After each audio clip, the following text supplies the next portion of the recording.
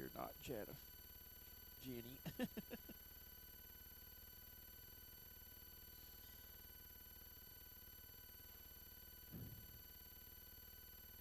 And welcome to Spartans at the Spice.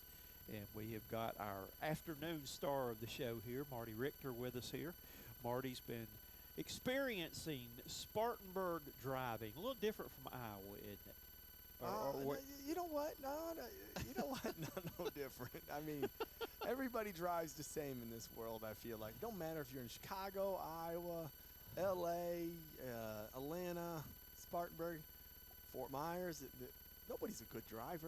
I will admit it. I've lived here all my life. Spartanburg County has got some really wacko drivers in this town. This is what I would say. Everybody has their own way of driving. They've been taught by somebody.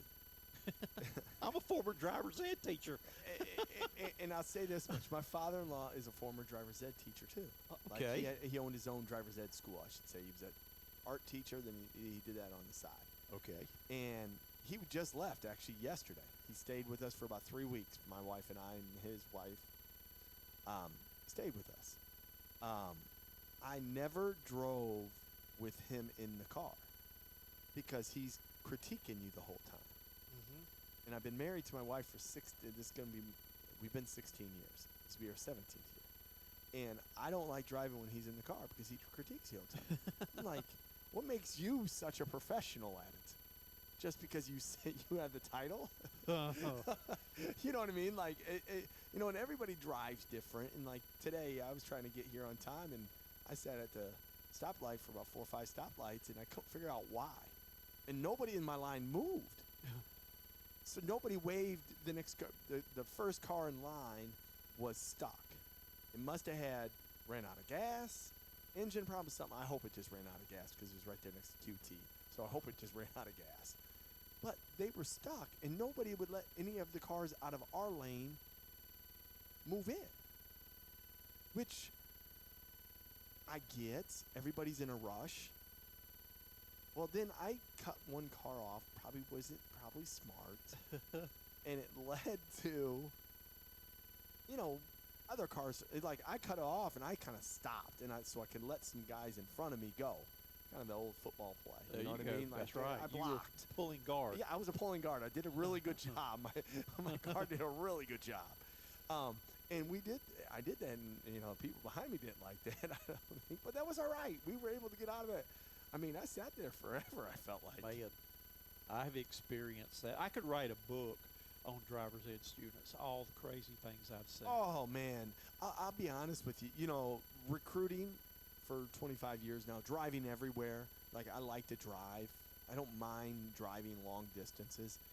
You get to see a lot of like people that drive, and you're just like, oh my gosh, that's crazy. Like, they should not be driving, but that's all right. Hey, I probably shouldn't be driving. I don't know. I had a girl, and this is probably one of my classics, and I'm not going to get started on this, but I should have known. I gave her the keys to the car, and lo and behold, she pushes the button, and the trunk flew open. We get in the car. She puts the keys in the car, shifts into drive, and stepping on the pedal. She didn't know you had to turn the key to start it. We had to put the brake on. Thank goodness they never. You had the brake on your side of the car? Yes, I needed a darn steering wheel. Hey, you know what? That was always the thing. When I grew up, we took driver's ed during school. Mm-hmm. And they don't do that anymore. We do that here. Do they do that? Do they do that here? Yeah, you take it here. Yeah, in Iowa they did it for the longest time. Then they stopped. But you would take it during the middle of school, which was really awesome, actually. Yeah. You go driving during the middle of school, which was cool. But I never liked my teacher having that. Like, I have a lead foot. I do too. So I never liked that teacher over there. They'd be riding the brakes. I'm like, what's going on? Can't go that fast. We finally we stopped the whole way. Well, she was fighting me. The harder I'd mash the brake, the harder she'd mash the gas. So we went out, and I had to take her out, and there was a little subdivision behind the school, and we go down, and there's a cul-de-sac in it. Yep. And we get in the cul-de-sac, and she starts going around in circles and didn't know how to come out of it. Oh, that's awesome. And then there was a man who was mowing, riding his ride more. Yeah. She cut him off and went right through his yard. And I'm sitting here thinking, and by drive 3, I've got to take her on the interstate. Oh, no. You don't want to do that. I had to. Well, you do, but like, yeah, that's the one where you call in sick. Well, what I did was she passed the required course, but when she went to the DMV, I put on the form not ready to drive myself yet. So she did get through, but I could write a book on stories like that. It was interesting. It was the Wild Wild West. People that you can turn right on red. I had a bunch of people think you can turn red on red, or people that would and people that would come down the road and didn't realize you got to stop before you turn right on red, and they just zoom through around that corner. Yeah. So that's almost as bad as coaching, isn't it? Yeah, that is. I mean, I don't think I'd want to be a driver's ed teacher. It was an adventure. I'm a guy who likes a challenge. Yeah, but I don't all. think. I mean, I've been in the car, with like I've got nieces and nephews that are a lot younger than me that I've been in the car with them trying to drive with their moms and dads. I'm like, oh man, I'm not looking forward to this. I'm 5 years away from it with Avery. Oh man, and I don't want him to do it with my wife because my wife will just eat him alive. Wow. well, last story. I had a girl that she was nervous and driving and all, and we were going like 10 miles an hour. Yeah. And these little beagle puppies started chasing us. And finally, I looked at her. I said, "Honey, you're gonna have to speed up. The puppies just passed us." So that's awesome. But that is interesting there. All right, you got into your first full week of conference play. And you had a pretty good week. You were 1-1. Yeah, and we had did a couple of home games. We did. You know what? We got better, and that's the thing with this group. We're getting better. We're coachable. We're doing things that we're supposed to be doing on the court. We just sometimes tuck our chin down when things don't go well, and and we can't do that if we want to be a championship level team and a championship level program, and that's the next step. We got 2 road games this week against 2 rivals, and that's going to be the test. You're going to have moment in Wednesday night's game at Asheville that is not going to be going the way that you want it to go as a player, as a coach, as a fan. Will we pick our chin up, get up off the mat, and make them give us an 8 count? And then get back to work. And that is really important this week. I thought one thing that really jumped out at me, I thought you made a big step forward. That you had 3 times in the PC game last Wednesday. You had leads. You know PC's going to make a run. Yep. And 3 times they made a run, 3 different times, and got it to a 1-possession game, and you weathered the storms and were able to hang on and keep on going, and I thought that was big. That was really big. That's part of growth, part of just learning to be in tough spots and battle through, and our guys did that. And, I mean, we got to keep doing that. Like, that's the thing. Like, we have to keep growing and learning because they know how to execute the game plan. They're trying. Our guys are trying. Like, I texted them on Saturday night after the game. I said, guys, you guys are trying really hard. You're doing everything I ask you to do. Now it's just, can you do a 1% more? 1% more, not what I'm asking, just of what you're asking yourself to do. If you could do 1% more, then we can make another jump. And by the time we get to February, that's what you want to have. Is you just want to have the program in the spot where we can make another jump. And then by the time we get done to the end of the month of February, we need to make it one more jump. So then you get to make a jump in March and give yourself a chance in the tournament, conference tournament. And that's all you're just trying to, it's baby steps. Can we keep those baby steps moving forward? And don't retract. Don't go backwards. Like we've made, like I told 2 of my players today, I said, we've made so much ground. And you don't get to see the results, but we've made so much ground in the month of December. Our team has grown so much. And now can we grow that much in the month of January? All right. One thing I have noticed too, and wanted to point out that caught my attention, is the improvement in Mr. Dean's free throw shooting. Yeah, That he has made, he has. knock on wood, he's made 12 in a row. He's made 18 out of his last 19, and he's made 26 out of his last 29 free throws. Yes. And he was like a 40%. He's going to get fouled. He's going to get fouled. And I'm glad to see that y'all have worked with him in that, realizing you're going to go the line probably more than anybody else because he's so aggressive. And that's where you get those points and those opportunities. And I thought that was really big the other night. It was. He got some. He just got. I mean, he went to the glass one time at the end of the half and got fouled.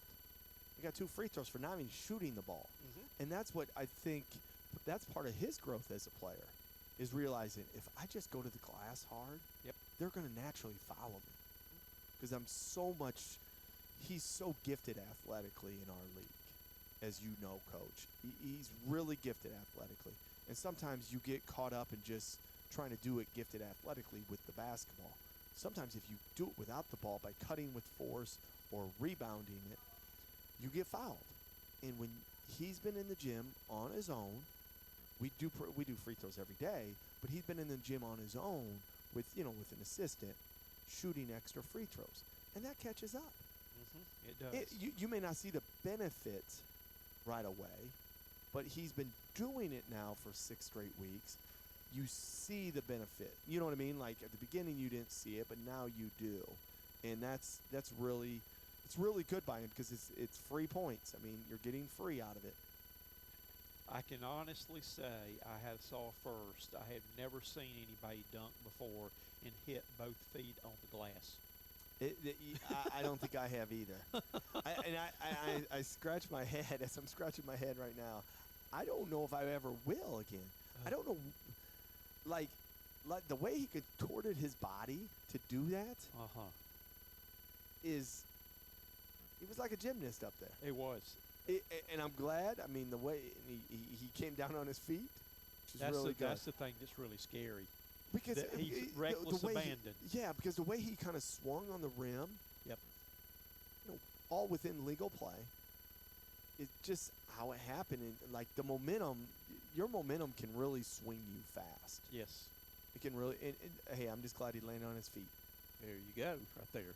All right, game Saturday, you played really, really hard, really Yes, well. we did.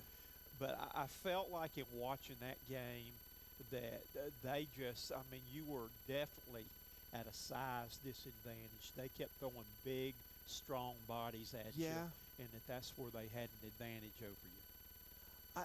I would say this much: we didn't. I don't think the size impacted us.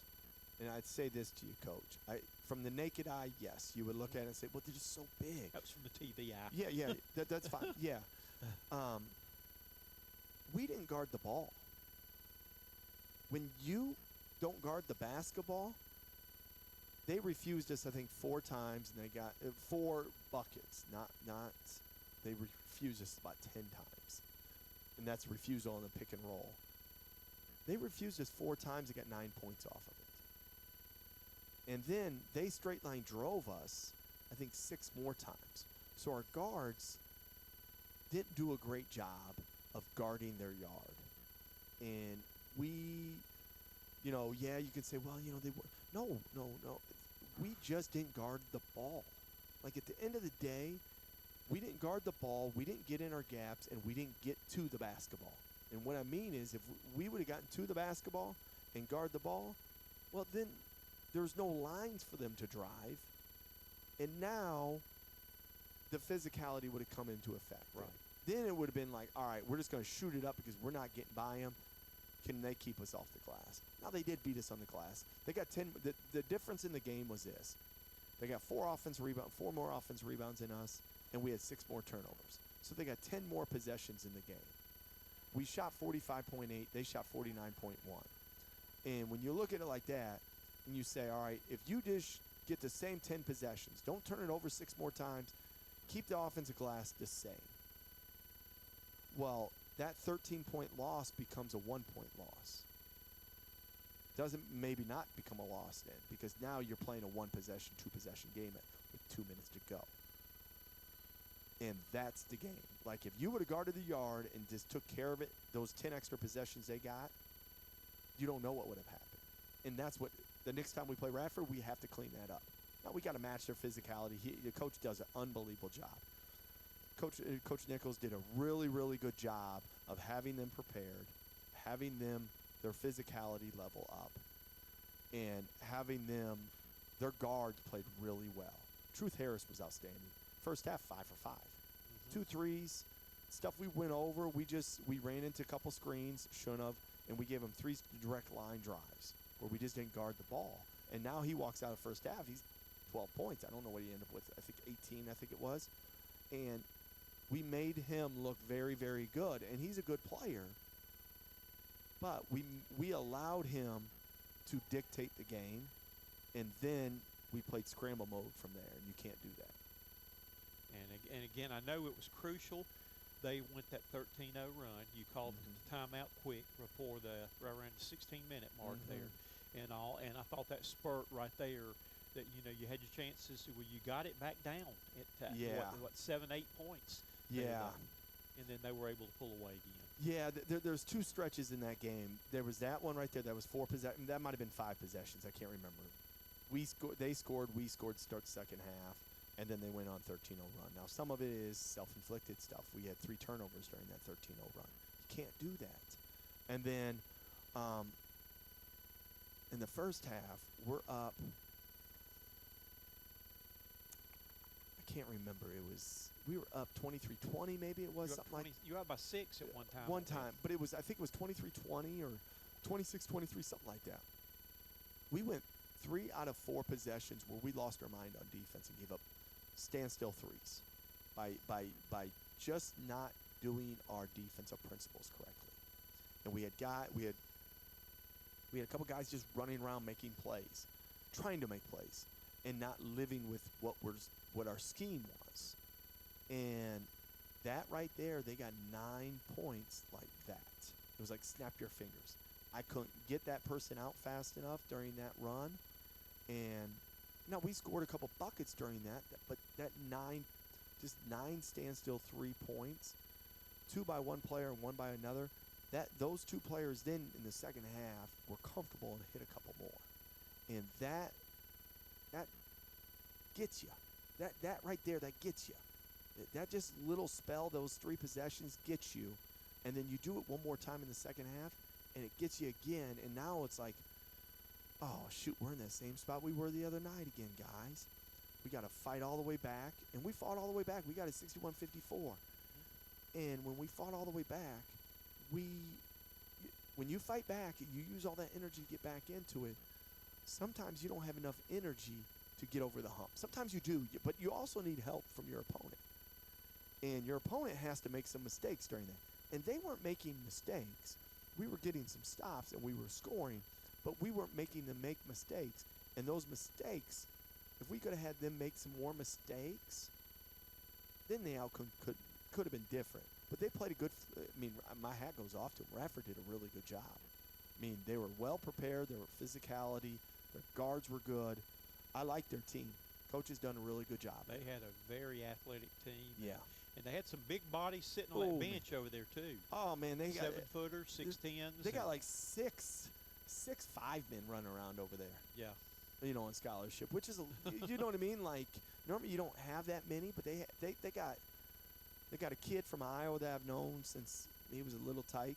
He played in the same AAU program that my son played in. So I've known him forever. And then you had another 7-footer that never got in a little bit. They just had big after big after big. And the way they play, they like that. Which is, you know what I mean? In our league, they're the biggest team in our league, I think. And they big and athletic. That's hard. You have trouble with that. You can't coach that. You can't coach that up. No. When you don't have that, you can't coach that up. So no, and people ask me, why don't you have those guys? Well, their bigs are different than my bigs. My bigs are more skilled. I like skill at that position more than size. And now maybe I'll go through a year or two in the league and see that you have to go that way a little bit more to win. I don't know yet, but I wanted to try the way I know and the way I think you could take advantage of it that way. That's what I'm basing it on. Okay. All right, moving on to Wednesday's game now. Okay. Speaking of bigs, thank goodness finally there's no Drew Pember at UNC Asheville anymore. That guy'd been there probably longer than some of the coaches. He was a heck of a player. I'm just glad I never had to coach a game against him. He was a matchup nightmare. Yeah, he was what we had at Drake. He is what Tucker DeVries was. Like, do you guard him with a guard? Do you guard him with a big? Do you guard him with a forward? How do you guard him? And because he could go inside, he'd go outside. Yep. And those are tough. Like, I don't, everybody played him a little bit different, watching their games from last year, getting prepared for this coming season. I knew he wasn't back, but just watching their games. He was a really good player. I don't know where he's playing at professionally now, but I guarantee he's playing somewhere professional. Overseas, Yeah. what I would think. I know that he was in on the summer roster. Yes, I think, with he was with the Hornets at one point. He may be in the G League now. I don't know. I don't think he was strong enough physically to play in the NBA. That he may be better suited to play overseas, but he was one that, your bigs didn't want to come out there and he'd shoot threes in their face all day long. You put an athletic guard on him and he'd back him down the post, and every referee in the league loved him that he led the nation in free throw attempts last year. Did he really? He'd shoot 17, 18. I saw one game in the tournament last year where he shot 23 free throws in one game. That's a lot of free throws. That's a lot of free throws. Had 39 points, 23 from the line. That's a good night. That's a good night, man. But you don't have to worry about that. But what have you seen in Asheville's team you got to play Wednesday? You know what? Their little guard, Jordan Marsh. Ooh, man, he's good. He may be the best point guard in the league. He's really good. He's really fast. He's a lefty. He's got speed on speed. He can get from one end to the other extremely fast. He makes them go. Like, he's averaging the most. He may be second on the points. Him and Solomon go back and forth, and Banks, the three of them are all 15 plus. They're all really good players. But he could come off that high pick and roll and get downhill. He doesn't need a screen and can get downhill. And yeah, he's only 5'10", 165 pounds, but he knows how to use his body. He gets into you. He jumps into you. He does a really good job of that, jumping into you, so you can't jump up as high to get his shot off, and then jump into you, and then you jump, and you go from A to B, and you jump into him, and you knock him off. And when you knock him off, he's on the foul line because he's a really good free throw shooter. So we're going to have to do a really good job of containing him and having our idea of where he's at with the ball and not let him get to his left hand. He's terrific getting to his left. And then their two wings or guards, whatever you want, Banks and I can't pronounce it, number 12. 12 and 3. Those two guys have shot over 100 threes already this year. They're both double-figure scorers, but they can get the ball off so fast. Like, if you dribble handoff to them, they can square their 10 toes to the rim and get their jump shot off really fast. And they do a great job because if you get in their landing area at all, they fall, which is really smart because you can't, the rule is you can't get in their landing area. You got to be outside their landing area. Got to give them space to land. So they get to the foul line a lot, 12, 3, and 14. 14 comes off the bench and does it. They shot 9. I think they got 9 points against PC the other night on that. On just getting this landing violation. They just landed in their area and knocked them over. So you got to be able to guard that. And they get their threes off transition. They get their threes off a lot by just throwing zero. They'll pass it to zero, and they'll chase it, and they'll flip it back to them, and they'll shoot it. Or they'll flip it back to them, and they'll re-screen real quick, and he'll come right off a ball screen and shoot the three. The three of them will do. And then you got to guard Solomon, numbers Zero, who is a 6'9", 185-pound athlete. Doesn't shoot it great, but he'll throw one up every once in a while, make one.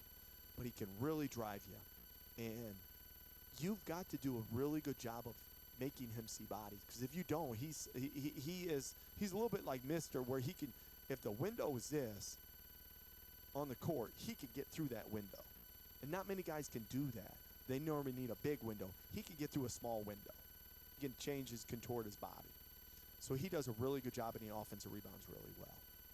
And then their other big, number 11, is great at, I mean, he's got, I think, 51 or 61 assists on the season as a 4-5. And he does a really good job of knowing who he is. He only averages, I think, 4.8 points and like 5.7 rebounds. But he does it, he plays his role at a high level for them. Like, they got 4 double-figure scores. They score in the 80s. They were 85. I don't know what their average is now, but they were like top 15 in the country. And he doesn't shoot the ball unless it's a layup. He may power you down if he gets a switch and shoot over the little guy, but he does a really good job of getting the ball. If they throw it to him in the post, he never goes to the post with. He always dribbles it out, and I call it grenade. He catches it, looks around, he dribbles it at one of the guards and flips it, and the guard comes flying off, catches and shoots threes. It's really good. If you watch, it's the old, people have took it from the Golden State Warriors, Steve Kerr's offense. They've added it to their offense. And that's the Warriors do. Draymond Green always does it with Steph Curry. If you watch NBA, Steph Curry's got a million threes off that. Him and Klay Thompson did. That's what they do, and they do a really good job of that. And then they have this freshman, number 6, I love. I'm awful with names. I just know numbers. I always look at numbers. He is a 6'7" kid from the Charlotte area, if I remember right. Can really drive it.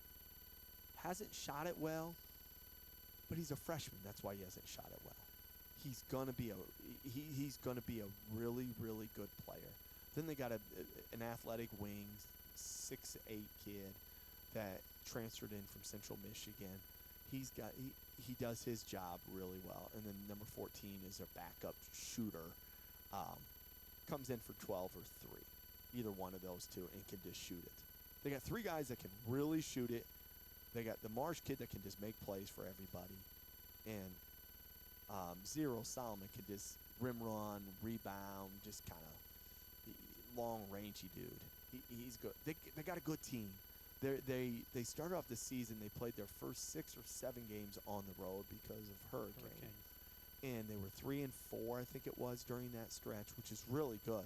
If you can win 3 out of 4 times, 3 out of 7 times on the road, you've done a great job as a coach. So Mike has done a really, really good job in a very tough year for him, because you got to replace what's the young man? Pimper. You got to replace Drew. You got to replace Drew, and then go through what they went through, where they were displaced for about a month, where they didn't get a practice at home, didn't go to get a lay in their own beds, didn't get to go to class. You know what I mean? Like, had to do everything online. He's done an unbelievable job of doing that and getting them to where they're at right now. They beat High Point. They got beat by Longwood, and then they beat PC. And the PC game was down to the wire. Longwood game was back and forth. And then High Point was back and forth. So he's done a great job. And again, basically, it's a typical Big South team.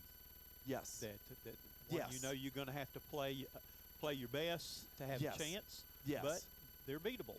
They're beatable. They're beatable. That's what, you know what I mean? Like, I told my wife yesterday or day before when we were, no, it was on Saturday. I came home and I was watching the film while the kids were watching a movie. And she's like, well, what do you think of the league so far? I said, well, the good thing is you can win every night. The bad thing is you can lose every night. You can lose every night. If you don't have to play your best game to win every night. You have to have some common sense and some feel of what's going on in the game to figure out how to play in the game. But you can win every night, but you can also lose every night. If you don't come with any juice and any energy, you can lose. You can lose. And that's the thing that is tough for college kids, because they think you could just show up and just play. You can't turn it on and off. No way. It's not a light switch. I wish it was. Yep. I'd make a lot of money if it was a light switch. I'd tape it on all the time. Oh, man. I'd patent that sucker. I'd be having coaches calling me. They'd be giving me so much money. I'd never have to coach again. There you go, though. But it's and you know, the thing, you're in a situation right now too, with a team that's getting better and getting better. You're in conference play now, so you're matched up against people. You got it's 50-50 with them right Yes. there, and you know it would be great. Everybody would love to win the regular season conference championship. Yep. But that's basically you're playing for seeding for the big thing that counts to get you in the big dance. Yes. Like, we're not nobody in our league's getting at large. I don't want to crush No, anybody's it's hearts, not. but it's not happening. Teams have we've lost too much already. I mean, it's even hard to get an NIT. It's out of there. even, that's what I was going to just say. Even with our league, we're not even getting NIT now, which is a shame. Like, I think every regular season conference champ in the 33 leagues, if you don't qualify for the NCAA tournament, you should be in the NIT. Like last year, High Point should have been in the NIT. Yep. That's a shame in college basketball. Like, they should have been playing in the NIT because they had good enough to. They should. So with that being said, you are playing. You are right. You want to win. You do. You want to win that regular season title. I mean, at Drake, we were there 6 years. You know how many regular season titles we won? One. Now we were picked to win it 5 straight years? 4 straight. We were picked to win it for our last 4 years. We were picked, win it. No, the last 3 we were picked to win it. In our second year, I think we were picked to win it. We won it our first year, but we won the conference tournament 2 times. Is that right? 2 or 3? I can't remember. We went to 3 NCAA tournaments, and one of them we got an at-large because it was the COVID year. And Okay. There was no Ivy League champ. Okay. Yeah. Gotcha. That helped us. I think we were going to get in, but that helped us. you know what I mean? That just helped us. One less team that took a bid. So Every little advantage. every helps. little advantage helps, man. And so, going back to your question, like, you are playing for seeding. And you want to be the 1 seed. You Yep. do. You want that advantage. But if you don't, now you're playing for matchups. Everybody's matchup. Like, we may match up better with Asheville than we do Longwood. I don't know yet until you play the games. We may match up better with Gardner-Webb than we do Radford after we play and be like, it'd be better if we played them than them during the postseason tournament. And that's everybody, because everybody has different rosters. And it came down last year to you had like 5 teams tied. Yeah. A 5-way tie in the standings at the end of the year. Yes. And that was, the way it broke down was kind of interesting on that, though. Yeah. And it was interesting that Longwood last year was beat. They would have been the last place team in the conference. And they had a miraculous play on the final play of this game. Got in overtime, I think won the game. I'm trying to remember back. Won the game against High Point in overtime, and they jumped from being a 9th seed in the tournament all the way 4. up to like the 4th. Is that right? Won the tournament and went to the big dance. They were 1 play away from finishing 9th in the conference and probably getting eliminated first round, and they go to the tournament because they win the tournament because they had the 4th seed. Yeah. That's crazy. That's why college basketball's so fun, because you got to get hot at the right time. Like, there was a stretch during the season. If conference tournament was during the middle, if it was during that last week in November, the first week in December, we had been out right away because we couldn't throw the ball in the ocean. We were just that was our dry spell. You know what I mean? Like, you have those dry spells. You just hopefully you don't have those like, if we keep moving forward, we won't have those dry spells. So I'm hoping. And you're getting better.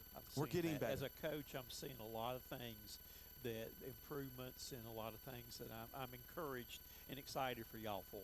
Well, we are. And it's fun. I told my team today, I said, you could go one of 2 ways. Like I said this during the game. Guys, we're down 15. We get beat by 30, or we can fight all the way back and make it interesting, and then they still may beat you. But they got enough inner fight that they will fight until the end, which is great to see. You normally don't. Not every team's like that. And the thing too, when you fight back at the end like that, they know they got to play you again, and they're going to remember that. If they beat you by 30, they're going to take you lightly next time. But when you fight back and you don't go away, then they're going to dread you coming back for that game too in the conference. You're exactly right on that. All right, I'm going to throw some interesting things at you right here. Okay. What your opinion is on some things here. Okay, I'm ready. All right. Do you think that college men should be 2 20-minute halves, or would you rather go to 4 10-minute quarters? Like 4 10-minute quarters. Okay. Fouls. Okay.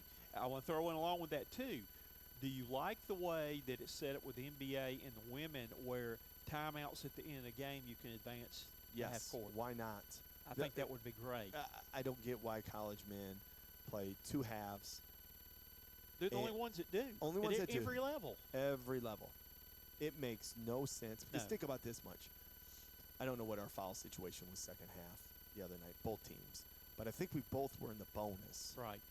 With like 13 to go. So for 13 minutes, you play foul basketball. If you played a 10-minute quarter, those fouls get wiped out. Now, you still have the personal fouls, but those fouls get wiped out, and you start over. So now it's not, you just don't live on the foul line. No. And I like the way they've got it too, with it set up with the women on there. On the 5th team foul, you get 2 shots. 2 shots. Two shots. That's what it should be. Yeah. That's what it should be. It should be. But you foul reset it every quarter. Every quarter. Yep. So now you just, I don't know, and I haven't done a deep dive into it. I don't know what the rationale is for the men. But if we want to move forward on the men's side, that's why you do 4 10-minute quarters. Now, someone will say, well, you know, the money and this and that. When do you take your medias? Well, you got a media at 16, at 12, at 8, and at 4. So you get 4 media timeouts. So just do 2 media timeouts do a media timeout under the 7, and do a media timeout under the 3. 7 and 3, and you still have, you actually get 5. You get 1 more. Yeah. Because you would then get the extra in between the quarters. Yep. You get more money for your bang. I think it would be good to have it streamlined where everybody's doing the same thing. It doesn't make any sense. No. I'm with you on that. If I was the czar of college basketball, we would be 4 10-minute quarters, advance the ball, fouls, same thing. It would be just like every other basketball in the world. Okay. All right. Would you rather play against a man or zone? I don't really care. Me personally, or my team? Both. Me personally, I thought zone was so easy to play against. I like playing against zone, but as a coach, I would rather play against man because we can pick people to death. We can run set plays, and it's harder against the zone, I think. Well, this is what I'd say. I think the zone, like, there was a guy I worked for named Joe Dooley. Joe Dooley said this to me. Joe is now, I don't know what his title is. Joe used to be here in South Carolina at Spartans At College. No, Joe Dooley, no, he never there. Joe worked for Eddie Payne. Yeah. Now, was Joe at South Carolina? Worked at South Carolina. I remember when he was South Carolina. I was thinking, I'm thinking of somebody else there, but I'm thinking when he was at South Carolina. He was the head coach twice at East Carolina. I worked for him at Florida Gulf Coast. He was at Wyoming, Kansas. He's back at Kansas now. But he would always say this to me, and he was older and wiser than me when I first met him. And he said, if a kid knows how to play against his zone, he's got a really good basketball IQ. If a kid doesn't know how to play against his zone, his IQ's not as good. And so when you go watch, and it was good for me to learn, so when you go watch AAU or you go watch high school, just see if he knows how to play against zone. If he knows how to play against zone, he's got IQ, so he's going to be able to pick up what we do. I'm like, oh, I never thought of it like that. So then from then on, I like playing against zone because I like to pass. And I can stand still, shoot threes. Yep, that's what I love against it. It's easy. But we played a lot when I first was started. My situation similar.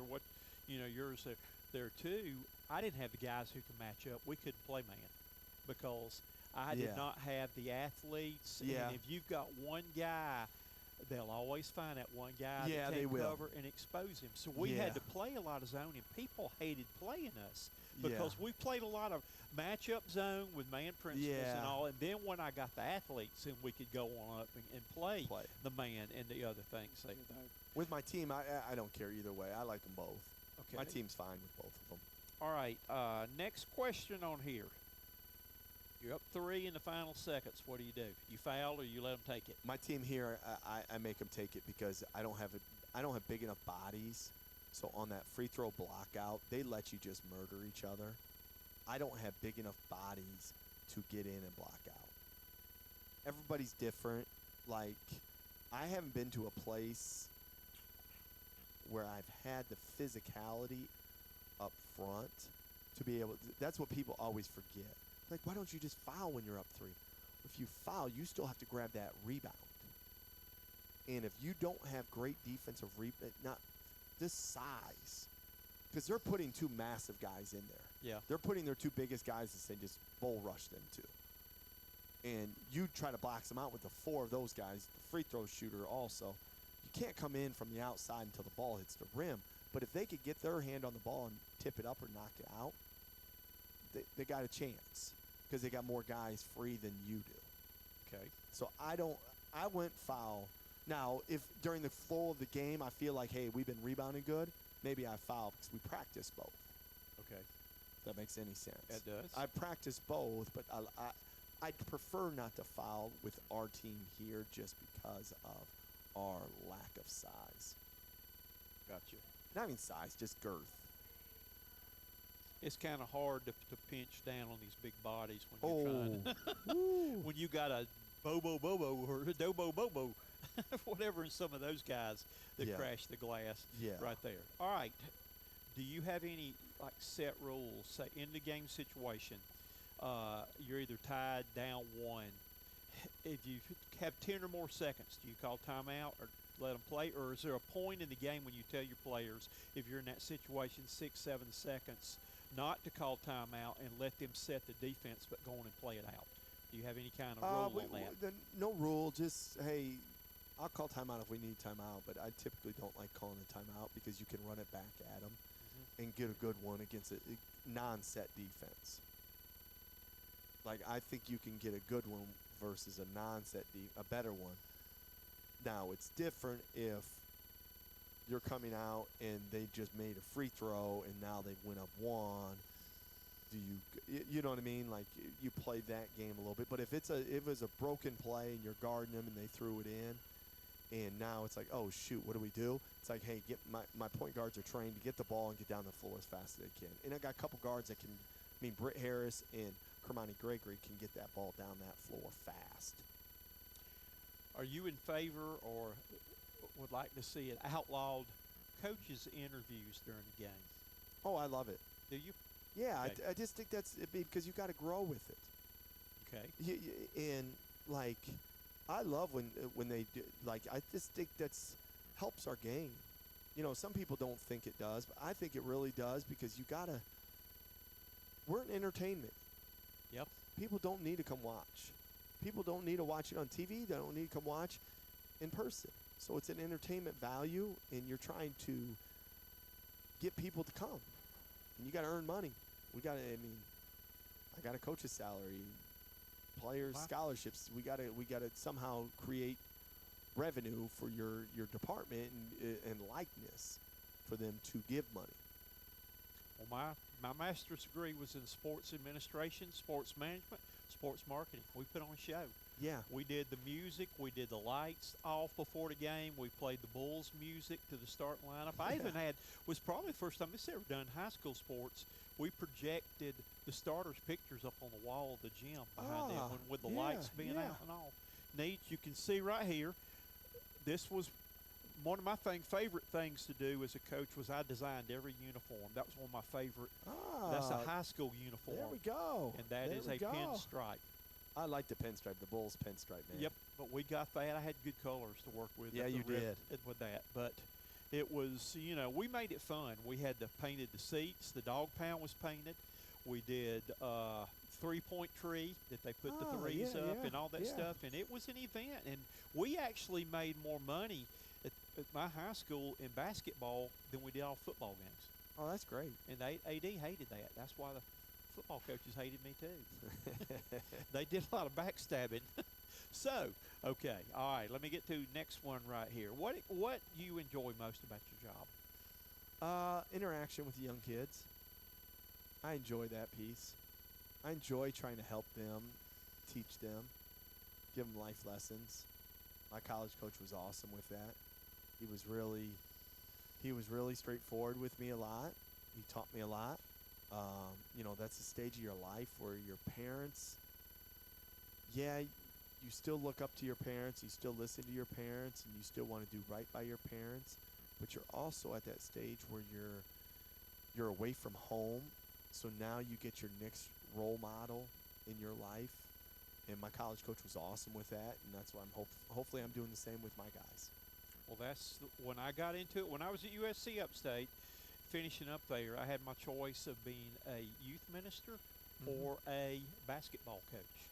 And my wife told me, as much as you love sports, you ought to try to be a positive example with the kids. And I have gone that route. And like I said, one of the things I'm proudest of, that when I was at the high school level, I had 17 of my players get college scholarships. Okay. And the things there that away from the game. And now that I'm not in coaching, I love being able to try to help, like we're doing today and here, promoting other people's players. I love promoting other coaches, and I love promoting the athletes. As you can see, my line of questions are more geared to what's the coach thinking. I'm not in for these juicy stories on trying to dig up dirt and stuff like that. I wanted people to know what the coach thinks in those situations, which leads me to my next question. Which would you rather be for a day? Would you rather be the team mascot or the team manager? Oof. I think I'd rather be. Oh, that's a good one, because both of them would. I think the mascot would be a lot of fun. I would want to be the mascot I think because that'd I'm be a lot of crazy anyway. I That'd ain't be- got lick well, sense. because nobody knows who you No, are when you put you that. could when get away with it. You could be crazy and nuts. all you Managers want- have got a hard job. It would be fun. The that would be a fun job. I never experienced that side of it. That's one of the only tasks I never did as a coach. I was graduate assistant, which is the same as a graduate manager, but you don't have the same task as a team manager. Like, that's different. But oof. I want to team be mas- Sparty for a game. Oh, that'd be fun. We would have some fun. Yeah, that would be fun. But I mean, that's the one. People don't ever dare me because I will prove them wrong in Yeah. a heartbeat. I accept a challenge and a dare, but I would love, in that case, to be the mascot where I could get away with being. I'm crazy enough, just like I am right now. But you put a mask on me, Yeah. and you'd be surprised at how much fun we could have. Yeah. Yeah. All right, the last thing today. This is based on 6 different games Okay. I've watched here. If I was coaching a combination of all of those games, this would have been my Monday practice today. Okay. All right, first thing we're working on is putting pressure on the ball. That we are pressuring the ball. Yep. That we are stopping penetration. We are not creating alleys to the basket where we turn and run sideways. Yeah. But we are getting our numbers in front of the ball Yep. and letting them read what your numbers are on the thing. We would be help side defending, working on help side defense. Yep. That I see so many guys, and I see this, and again, this is men and women I'm watching right here. Yep. But I'll see a guy in the paint, and I'm covering you here, and there's a man coming to the basket right here, and we'll let him go all the way and shoot a layup, and we won't step over and stop the ball. People, it's almost like kids today don't even remember how many times that coming up did we have help and recover, help and recover, Yeah. help and recover, where you help, you jump at the ball, bluff and recover, whatever. But that's Yes. what we would be working on the drills for that. All right, easy shots missed around the basket. We would be doing extensive time today on 2-ball on block drill.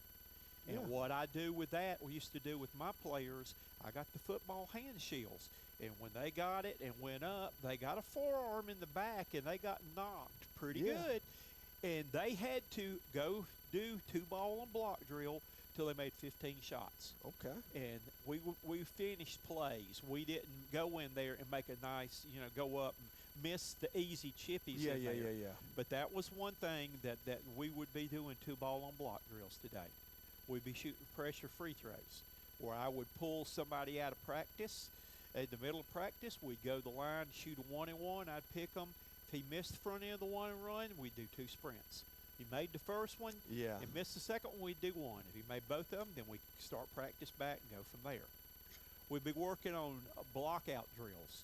And one of my block-out drills that we used to do was it was a random movement. I had the ball. It's a random movement ball where the offense is just moving around the court, going different places wherever they want to on their own.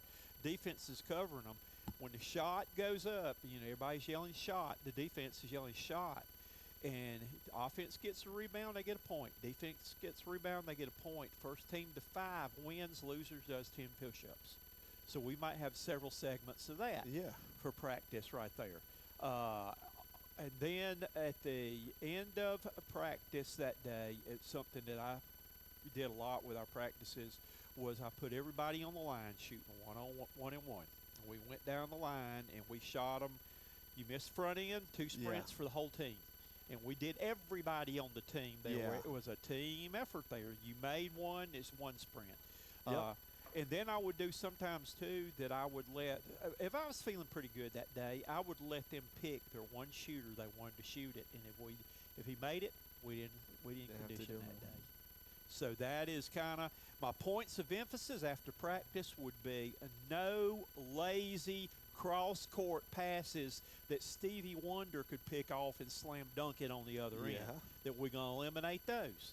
It would be keep your number in front of the ball at all times. That's a key. It would be help side defense, and I would be re-emphasizing again, when you're playing help side defense, you're pointing to the ball and you're pointing to your man, and you've got to be in position where you see both, and if you're pointing at them, you got your hands up. Yep. Because I noticed, some games there, players were playing defense with their hands down here. They were standing just like that, looking at them. You got to have your hands active where you can get your hands in the passing lanes. But I saw games, every game I saw at times, players had their hands in their pockets.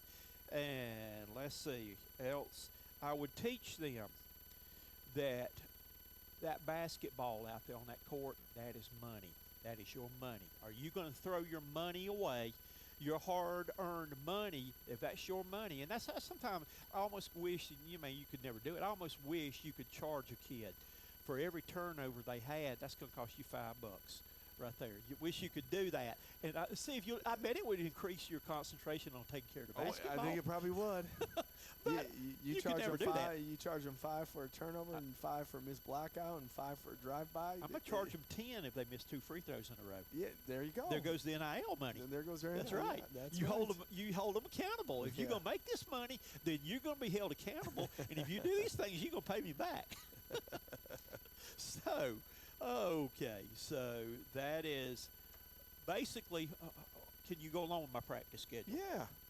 So that's what we would be doing. There we do. A Monday practice before we play a big game on UNC Asheville. Coach has already got our practice situated for tonight. No, when we really get in, when we're playing kind of soft, we do No Foul Monday. We'll talk about No Foul Monday next week right there. You'll enjoy No Foul Monday. I better watch out if I say this on TV, or they may come back and investigate me on some of these things, though.